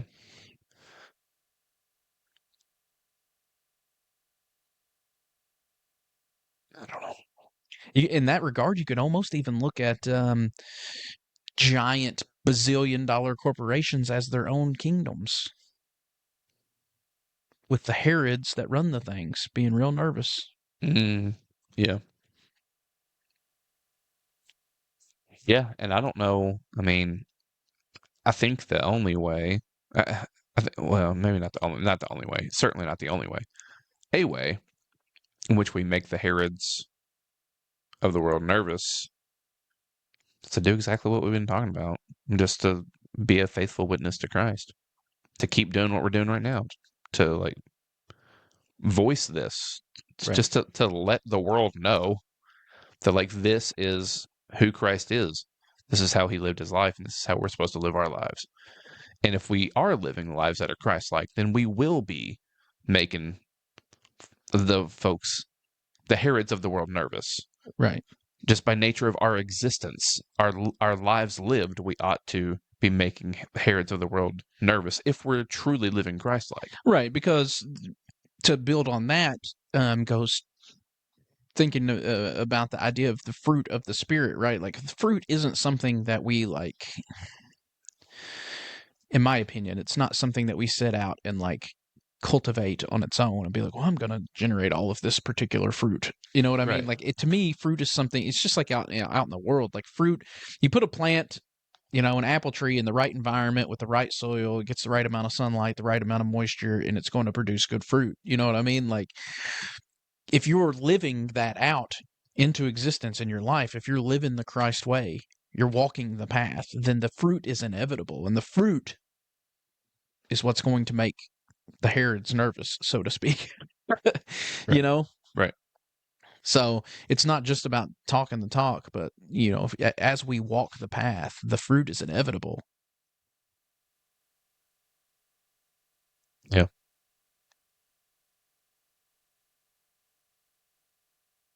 Unless a seed. What came to mind was when the script when Jesus says, unless a seed dies, Yep. can't uh, can't grow, bear fruit. Reminds me of some scriptures that from the Advent readings, actually for last Sunday for the peace theme. I'm going to be talking about them a little bit Sunday, so I don't know what to say. Because I don't know how many people listen that aren't from church. This will be coming out after the fact anyway, or maybe right before actually. Well, we talked about it, or we're going to be talking about it. If I say the things Just that are in say my it. head. Just say the things.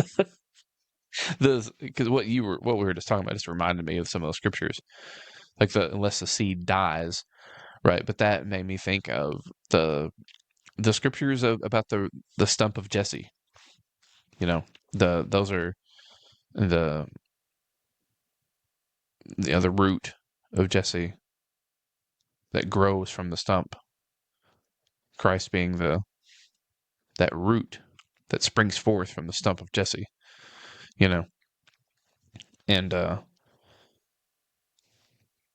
then John, the baptizer, he says these scriptures are put together by the tradition has handed on these like scripture readings to us from the lectionary and like for this purpose and has these scriptures together, and it's in Matthew 3, whenever John the Baptizer sees certain Sadducees, or I can't remember if it's just Sadducees or Sadducees and Pharisees approaching whenever he's baptizing everyone, and he tells them, he says, "Who told you to flee from the wrath to come? Therefore, go and bear fruit worthy of repentance." And he says that the axe is already laid at the root of the tree. Any tree that doesn't bear good fruit is cut down and cast into the fire. But that scripture is also in the wisdom of the church and the Holy Spirit working through the church, that we have that scripture with the stump of Jesse scripture together. Well, like if the axe is laid at the root and it's cut down, well, then what are you left with? You're left with a stump, Right. but it's the branch, the root of Jesse that grows from that stump once it's cut. Right. So, like going back to like, if we're going to bear fruit, then we have to, in a sense, die. We have to be cut down. Right. It's so funny as you were talking about that. It's a little bit unrelated, but it goes along with what you're saying. Is that it's so funny because as you were talking through that, I was remembering like how that was always interpreted to me before in some of the paradigm of eternal conscious torment. Yeah. But now where I'm at in my life, I hear that story and I'm like, yeah, I don't think that's like being cut down is a bad thing. Right. Like that's, if I'm not producing the fruit, it needs to be cut down. But because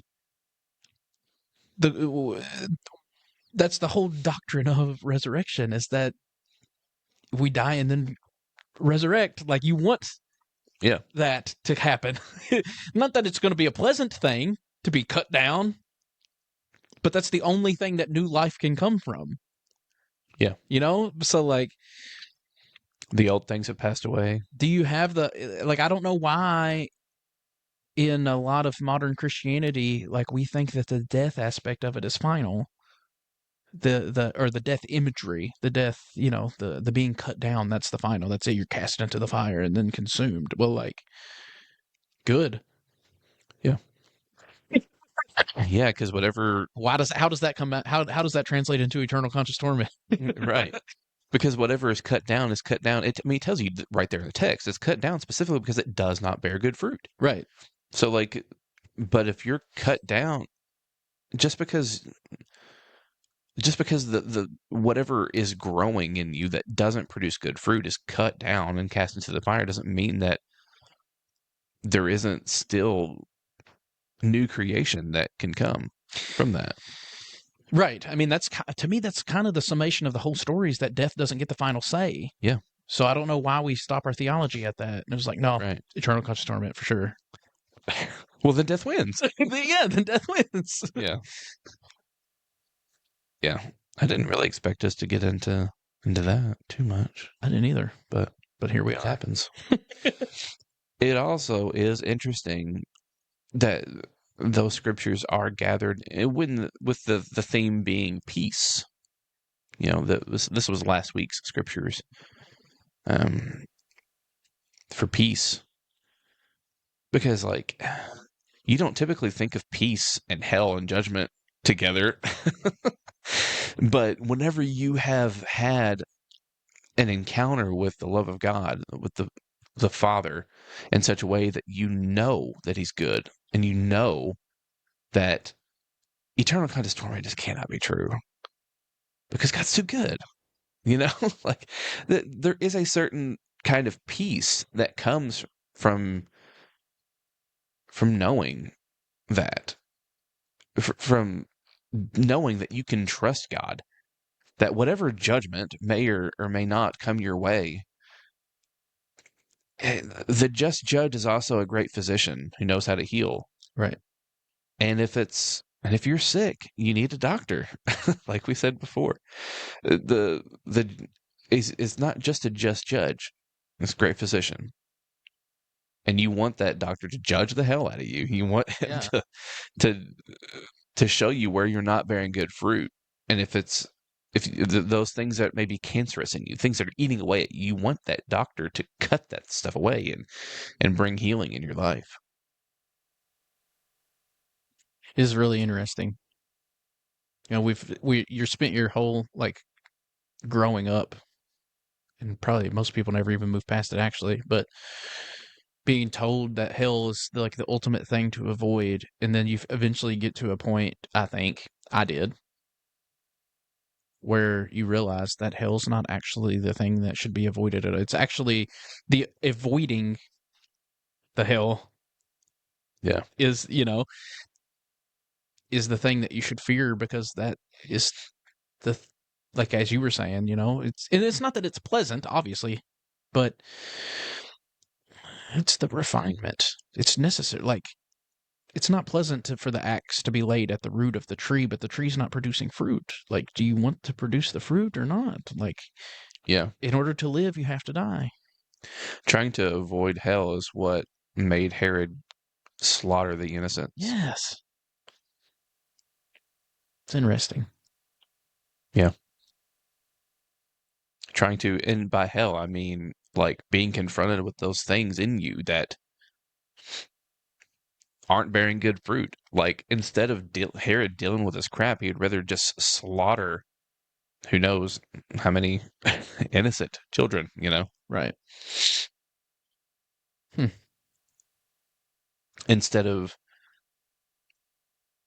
submitting to the refiner's fire, instead of laying down his crown and giving all of his goods, recognizing Christ like the Magi, he would rather murder to try to, and all of that is to avoid, in a sense, a death. It is to avoid hell.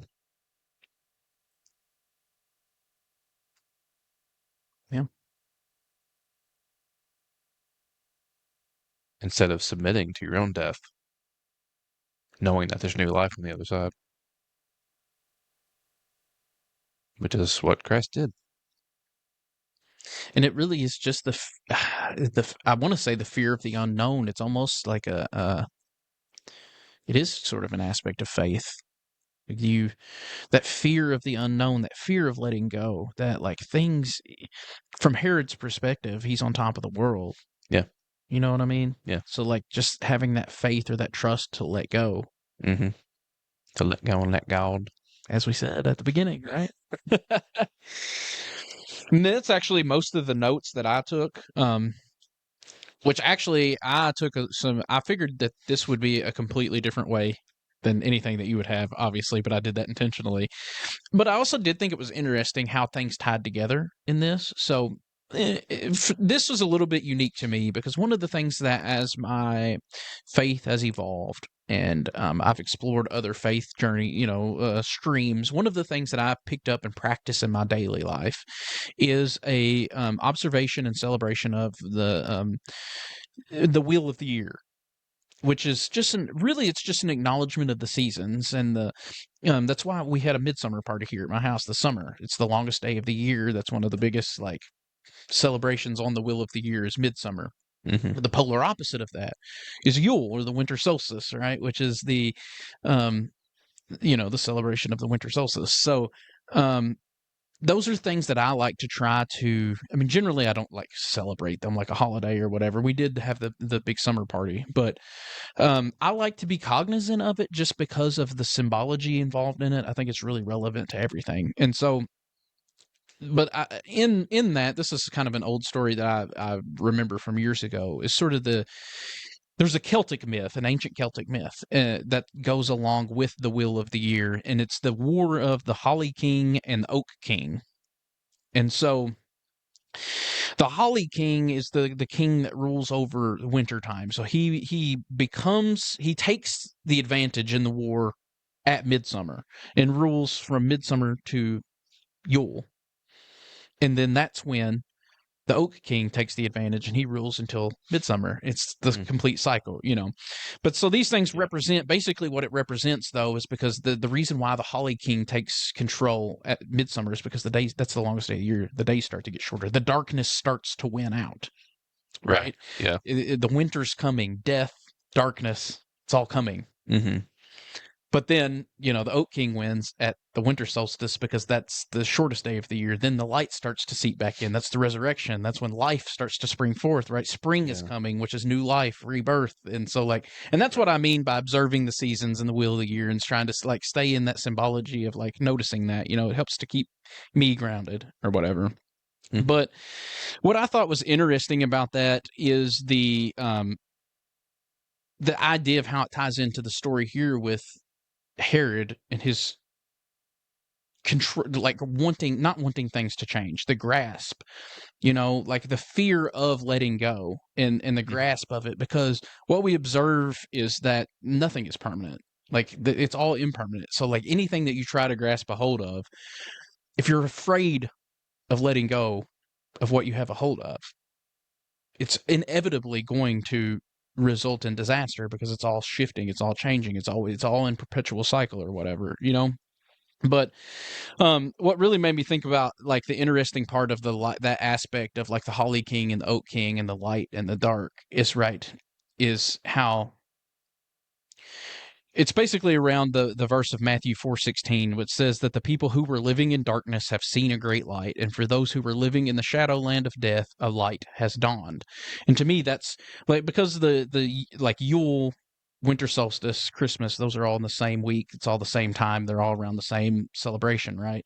And it really is about this light entering the world, you know what I mean? And so I just thought it was cool to see how all those different, because really I talked about some Celtic stuff in there. The impermanence idea is really heavy in Buddhism, and then you've got the Matthew verse, which kind of ties all of those different streams of thought together. But it's all revolved around this idea to me of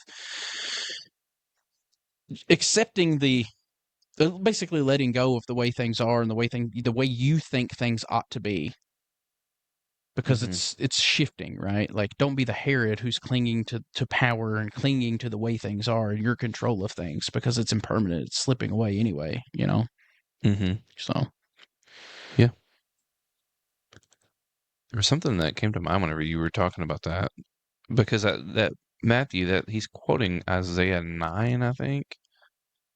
Let's see if that's right. that was actually it's Matthew 4:16. It was our memory verse that was in that Advent book that we're doing for our Sunday school class. That's where I came across it, but I actually really, really liked it. I wrote it down. Yeah, I was right. It's Isaiah 9, verse 2. The people who walked in darkness have seen a great light. Those who lived in a land of deep darkness, on them light has shined. I was listening to Chris Green, and he's talking about that verse, and I think that's really interesting. The contrast there. There's people who walk in darkness. The people that walk in darkness have seen a great light, but those who live in deep darkness, on them light has shined. Doesn't say that they saw it. Yeah. I just love how it is understanding, in Christ as that light, that, whether you look at it through the lens of the seasons or theologically, at the winter solstice, at darkness rules all, right? It's the shortest day of the year. Darkness is at its peak strength. And yet, even then, light is breaking through, right? We've seen a light. And that's what Christmas is, right? It's the injection of that light in the earth. So Yeah. it's the same principle, same idea from different streams of thought. But yeah.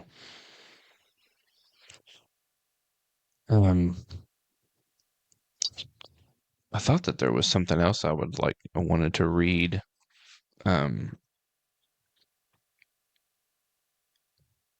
Yeah, it's also in this section. It's also in Isaiah 9. But Isaiah. I'm going to read this whenever we close up. We've been going for about an hour and a half. Is there any other things you wanted to touch on? Not really. Those were the only notes I made. The big Yeah. emphasis for me when suggested the topic was the stuff with Herod, and so that's which it's easy for me, and it's both where I'm at in my life today in my journey, faith journey. It's easy for me to see the parallels of Herod, also the beast in Revelation, and the empires of today's world, Right. including the United States, but not solely the United States, but any empire in general. You know what I mean? So it's Yeah. very easy to make those parallels between the things that I'm seeing in my everyday life as a Yeah. citizen of.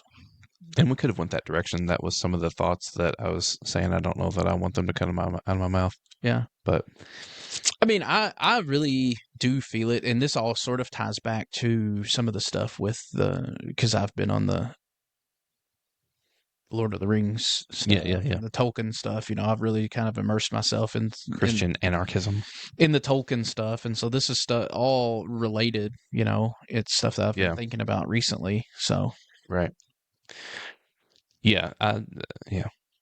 I think about this kind of stuff pretty regularly nowadays. At least lately, I have been. Just finished listening to Preston Sprinkle's Exiles in Babylon book again. That might be the third time I've listened to it. It's good. I think you would like it. Mostly. mostly, But yeah, I mean, I think it's good. Especially if you talked about leaning more Christian anarchism, mm-hmm. possibly Christian anarchist. But um and I would say that Preston probably fits that bill pretty well. He certainly leans more Anabaptist. Yeah. In a lot of ways. Christian anarchist, perhaps. But yeah, it's a super good book. Highly recommend it. Exiles in Babylon. But yeah, what you were saying earlier, that is always cool whenever you can find that same theme resonating throughout multiple traditions, and probably means there's something to it, right? Yeah, for sure. Even if they're not like what I'm not trying to say is they're saying the same thing, Right. but it's the same general idea, the same principle. Like you can read between the lines and sort of see that there's something to it. Catching the same vibes. Yeah, which I like. So Yeah. I don't know. I mean, it's almost is hard to talk about without getting it a little bit into the state of Herod and empire, and just how the modern, at least in our world and culture here in the United States of America, and the sort of the intermingling of the church and state, Yeah. you know? Depends on how you're defining empire, whether it would count, whether like who is and isn't an empire today. It would depend on how you're defining it, I guess. Right. I thought about looking up the definition. It's probably a pretty good idea.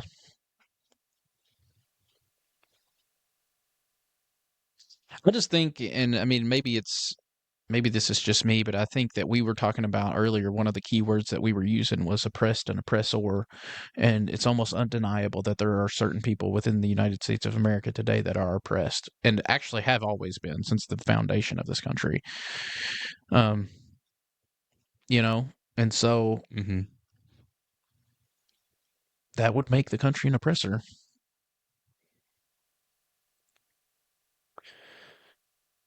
Yeah. None of these definitions are helpful, so I'm not going to read those. I can't remember how Brian Zond defines it. I've only heard him say it about 8 jillion times, but I was going to see if I could. I just think it really, to me, I can't hardly see it any other way other than through the Tolkien lens, since that's where I've been for so long. You know what I mean? But it really is even from the Tolkien perspective, even trying to use the ring for good corrupts. Mm-hmm. Like any time that you're trying to lord over others, that you're trying to I mean, I hate to use the word oppress because it has such a negative connotations, and I don't think a lot of people would see what they're doing as oppression. But in any time that you're trying to rule over others in any way, even if it's for what you perceive to be the better, it's still a form of oppression. Like it's still corrupting, like that's, to me, that's where the language of empire comes in. Like that's why you don't like the opposite of empire is the shire. There's no there is no lord of the shire. It's like everybody's taking care of everybody else. There's a community, in the actual book of the Lord of the Rings, it kind of outlines at the very beginning like the government of the Shire, because it's not that there isn't a government. There is. There's a mayor, which it specifically says like the mayor's duty is basically to preside over festivals, and then they have like sheriffs. Um, that's pretty much it, though. Like it's basically like a self-regulated, like as close to an anarchist society as you can get. Yeah. Um. Yeah, I had a lot of thoughts about the Shire thing, having to do with like, and that actually what kind of ties into the scripture I wanted to read. But this is I did find Brian Zahn's definition of empire. He says, my working definition of empire is rich, powerful nations that believe they have a divine right to rule over nations, to rule other nations, and to manifest destiny to shape history according to their agenda. Solid. Yeah. Yeah. Actually, I found it in this old blog post. And actually, as I'm scrolling through this has got a lot of good stuff in it. I don't know if we want to read all of it or not, but there's a lot of good stuff in it. Because he's talking about America, and he defines America as an empire, and he uses that definition. He says America is a nation. In its most basic definition, America is a geopolitical nation state founded in 1776 and now comprised of 50 states. America is a culture, and a global culture it is. He says, I've been all over the world, but I've never left America. And he says America is a religion. And this is the one that may be a little bit provocative. I haven't heard anything I disagree with yet, though.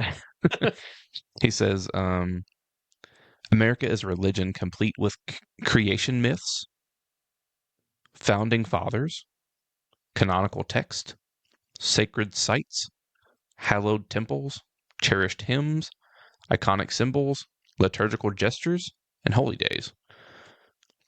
Consider the apotheosis of Washington painted on the dome of the Capitol Rotunda that depicts a deified George Washington ascended to heaven and seated in the place of prominence among the other gods and goddesses. The risen and ascended Christ is nowhere in sight. The true object of worship in America, in American religion, is America itself, often personified in its presidents and generals. And he actually there's a picture here of that, of what he's talking about, where George Washington is, Jesus is nowhere, but George Washington is deified and sitting among the gods and goddesses. Right. Well, I mean, even at just a base level, this should be common sense. What I'm going to say is going to piss people off straight up, but it should just be common sense. But like, Right. a common refrain in today's America, especially particularly the political climate, is America first. But like, what part of the first shall be last and the last shall be first? Right. You know what I mean? Like, that's literally the opposite. It's the opposite. Yeah. So this idea that we're going to lord people into the empire or into the kingdom. I'm going to contrast empire and kingdom. The kingdom is what we're striving for. The empire is what we're in. Yeah. The fact that we're going to empire people into the kingdom is just not going to work. It's Yeah. And like the Shire, the Shire is meant to, I think it serves as an example to the rest of the world, right? To the rest of all the other areas. Like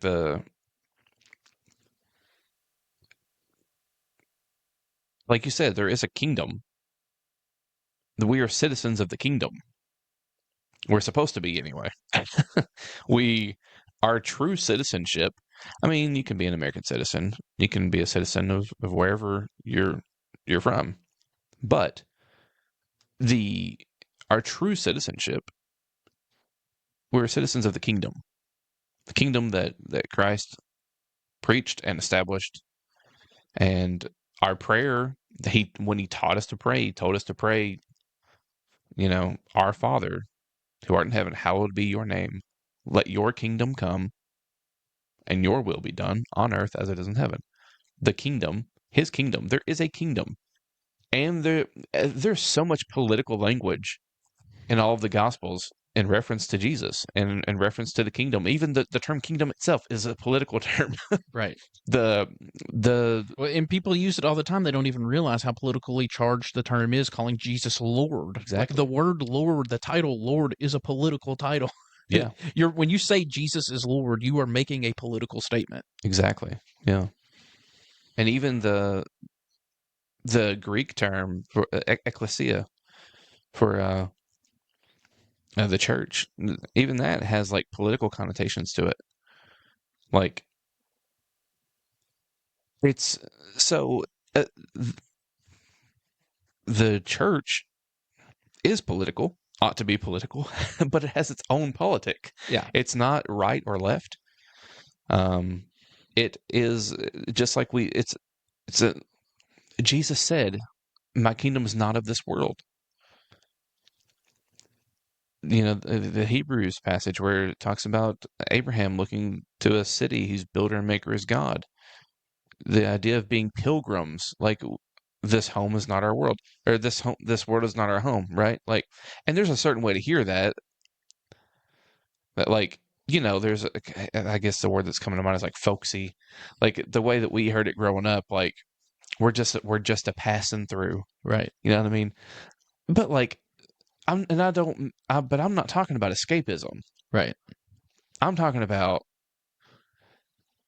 there is a coming kingdom. There is a reality that is established. It's at hand. It's here and now and can be lived in here and now. It is a reality. But, I do believe that there is a coming reality when the kingdom is completely and fully established and all the empires of the world are cast into the lake of fire, But even then, I know you've said this before, that you think that kingdom is established on this world. Like you think it's a rebirth of this world, right? Yeah, whatever that looks like. Right. Obviously. But Yeah.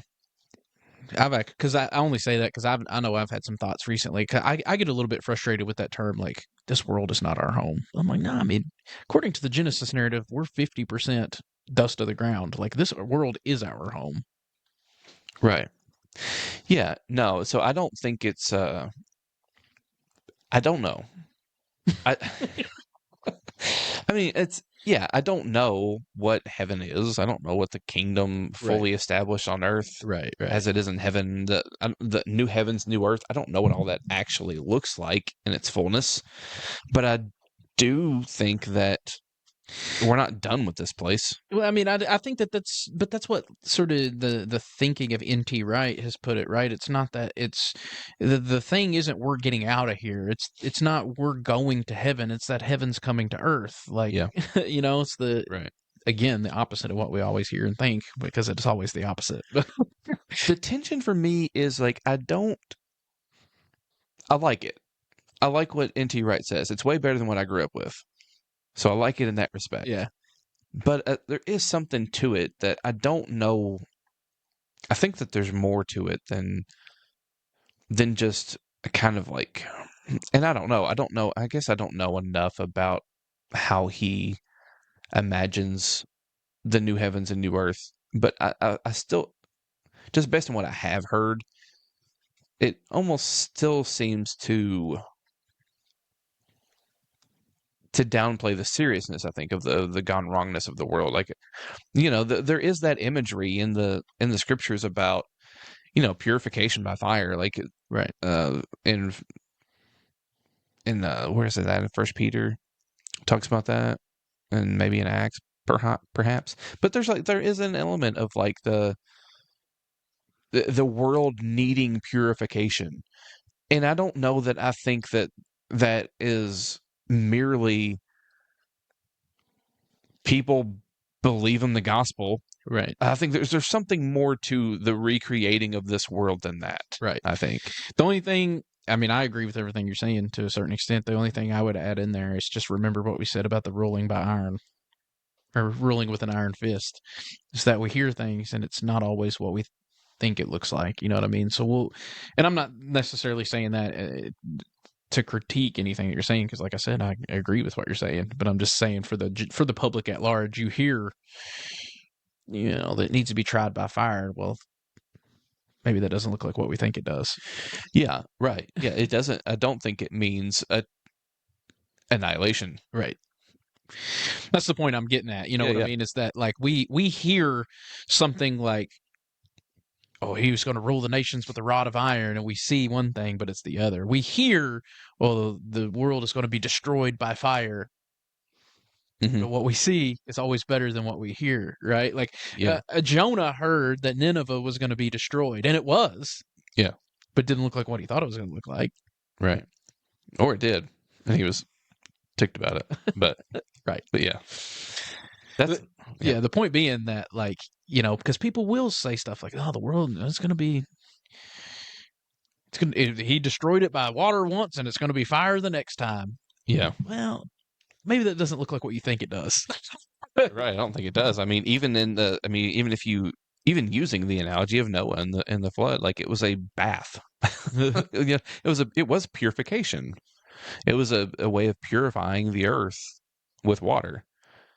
So like, why would if you're even in that analogy, we're talking about purification here. We're not talking about a complete and total annihilation of the world. We're talking about cleansing. You know, lots of thoughts on that. You've had a lot of thoughts tonight. I have too many, so many that I sit here in silence, not knowing which ones to say. Yeah. Well, at least you have the common sense to think before you say, I guess. unlike some of us who just say whatever comes out. Yeah. But yeah, all of that stuff we were saying, like he has his own government. There is a politic. The church does have a politic. The church does have a kingdom, but it's not like the kingdoms of this world. It's not like the politics of this world. God bless America and nobody else. What movie was that off of? You remember that? I know the phrase, but I don't remember what it's from. I think it was Head of State, maybe was the name of the movie. I want to say Chris Rock was playing the president in that movie, and that was one of his taglines he always used to say in the movie. He would say it was, God bless America and nobody else. Well, I mean, that really is kind of how a lot of us think, I think. America first, right? That's basically what America first means. Yeah, in my opinion. But going back to the government thing, unless you got something else, I'm going to close it out with I'm good. I'm going to read this scripture right quick, y'all.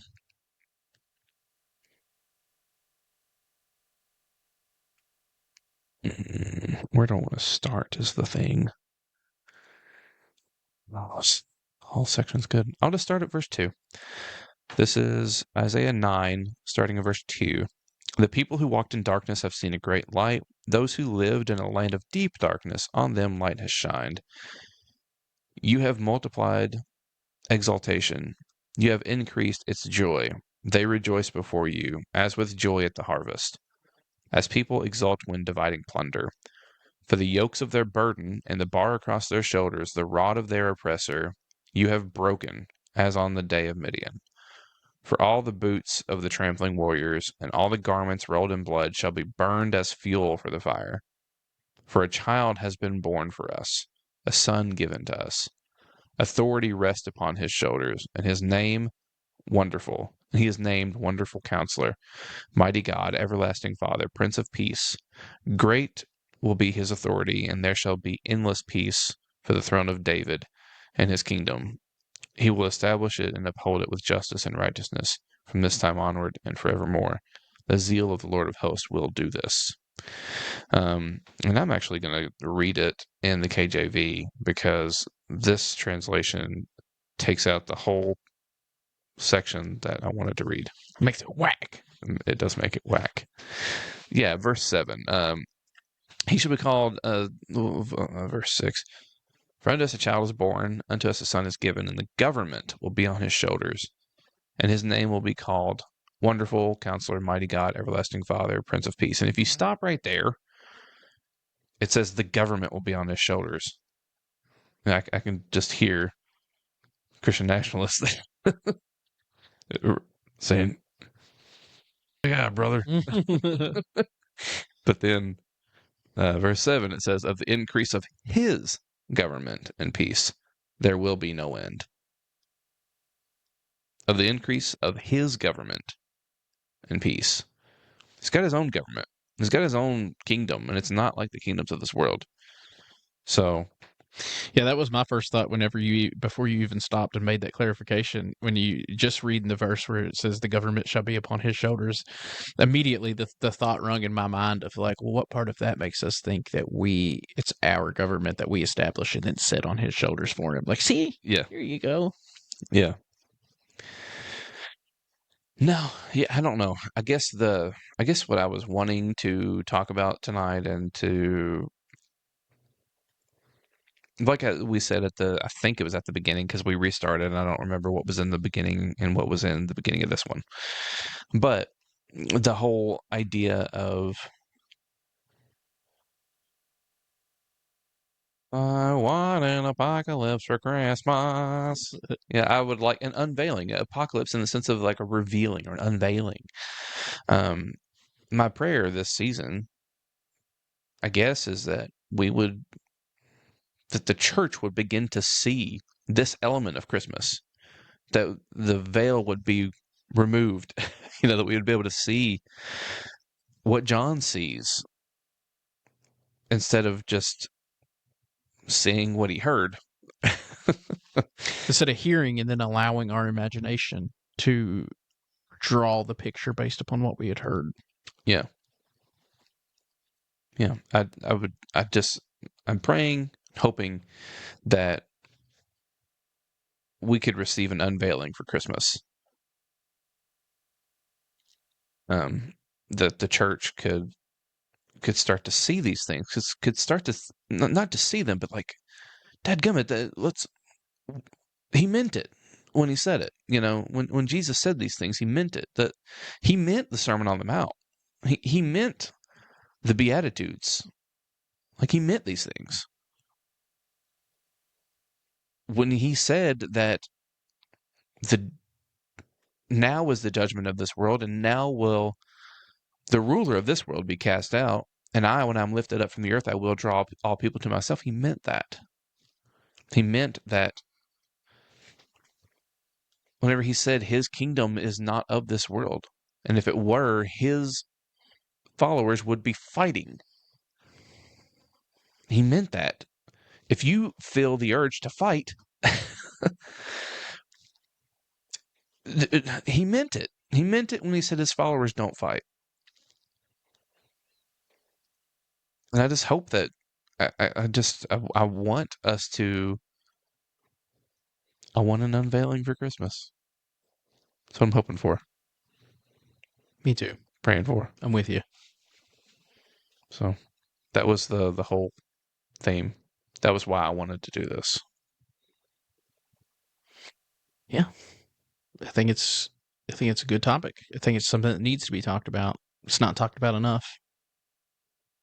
When it is talked about, it's not the mainstream that's being talked about. You know what I mean? So it is being talked about, but it's not out in the forefront. So I think it's an important thing to bring out. I think, sort of like what I'd mentioned at the outset about how, despite some of the different, Christmas means different things to me now than it used to, but that's one of the ways in where it's actually more meaningful to me is I understand those things the things that we've been talking about tonight in a way that I've never understood them before or never seen them before because it was my mind was on those other things. You know what I mean? Yeah. So I've had a bit of that unveiling myself this year, and so yeah, I'm with you. That's my prayer for everybody else as well. Yeah. Well, again, are we ready to wrap up? Ready? I'm good. I've All said right. my piece.